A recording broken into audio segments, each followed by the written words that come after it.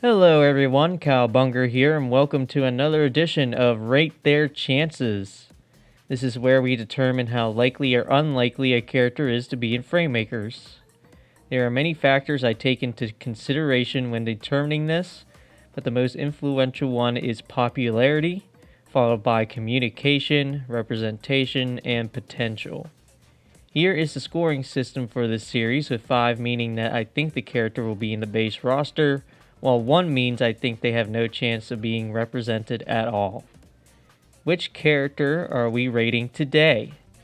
It is Shovel Knight, aka the character who appears in so many indie games that he has a reputation for it. I guess if I'm going to start that way, let's talk about communication first. I think it goes without saying that Shovel Knight could be in Fraymakers since he's already appeared in so many other games.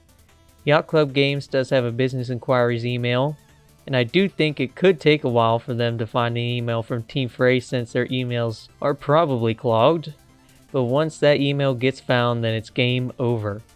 I personally don't take the time for which it will take for two people to communicate, that being Team Fray and Yacht Club Games, into account very often. The only time I really did it was with a Five Nights at Freddy's character, because Scott Coughlin is generally hard to contact in general right now, and on top of that, he doesn't have a separate email for business inquiries or team to sift through emails like Yacht Club does.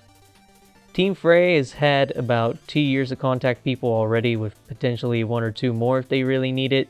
So as long as Team Fray reaches out, then I see no reason for it to not happen.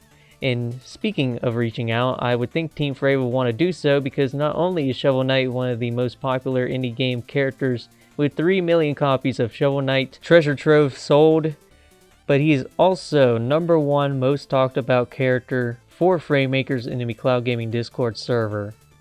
Well, at least I think he is. It's close between a Shovel Knight character and an Undertale character. His potential is very good. He has plenty of abilities from his origin game that could make for a simple yet fun moveset. It's been proven that his kit would translate well into platform fighting games through his playable appearances in Rivals of Aether, Indie Pogo, and Shovel Knight Showdown.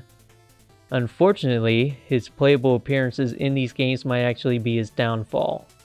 You see, every time Shovel Knight is discussed for Fraymakers, I see that a majority of people want a Shovel Knight character to be in the game, just not Shovel Knight. If you're confused, there are 3 other knights who were originally just bosses, but got full-fledged campaigns in Shovel Knight as DLC where they became playable. These knights are Spectre, Plague, and King Knight. More often than not, I've seen that Fray fans have not only said that they would rather have one of these knights become playable over Shovel Knight, but a good chunk of these fans have outright voted for one of these 3 knights in the backer survey. The backer survey will most likely determine which Shovel Knight character will be represented, and from my research, it's like really split between Spectre Knight and King Knight. I think that since it's so split, it might come down to who brings more unique gameplay to the table. And for me, since I have predicted that Hornet will be playable in Fraymakers, King Knight would likely be the best choice out of all the Shovel Knight characters that could get in Fraymakers. Spectre Knight and Hornet, to me, would be pretty similar in playstyle. King Knight, however, would be a bruiser character wanting to get up close while not necessarily being a rushdown. He would have unique tools and burst options in order to get opponents in his attack range to compensate for his lower than average move speed. I also think that he could just generally be a bit of a grappler too, since he is a bit inspired by Wario in terms of his character and playstyle in Shovel Knight.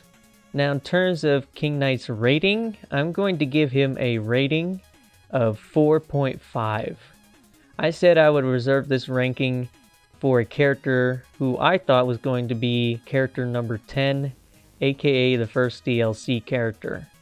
I think King Knight will be character number 10 because he is from Shovel Knight, and making a Shovel Knight character DLC in your video game equals lots of money.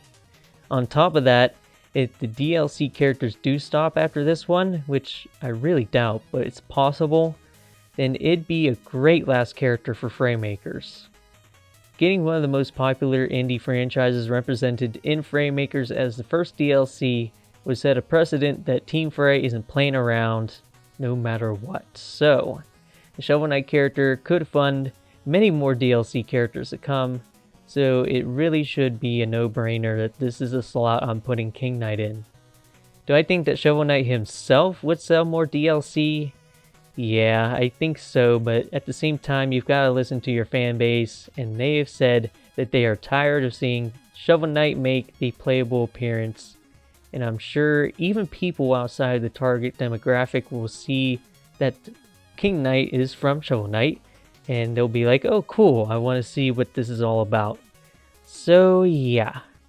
Now we still have Shovel Knight left to grade. I don't want to just abandon him here, so I do think that he will probably end up being the assist that comes with King Knight, as in he'll be a DLC assist. He could also just straight up be in the base game as an assist or playable character, so I'm going to give him a rating of 3.5. And I've said it before and I'll say it again, at this point anybody who's gotten a 3.5 or above are just as likely as somebody with a 4 or 5 rating in this series. I just have my reasoning to predict what I'm predicting. You guys still have about 2 more DLC characters to predict on top of many more assists to find, so leave a suggestion on who I should rate next in the comments below. And with that, I will see you on the next Rate Their Chances. Bye!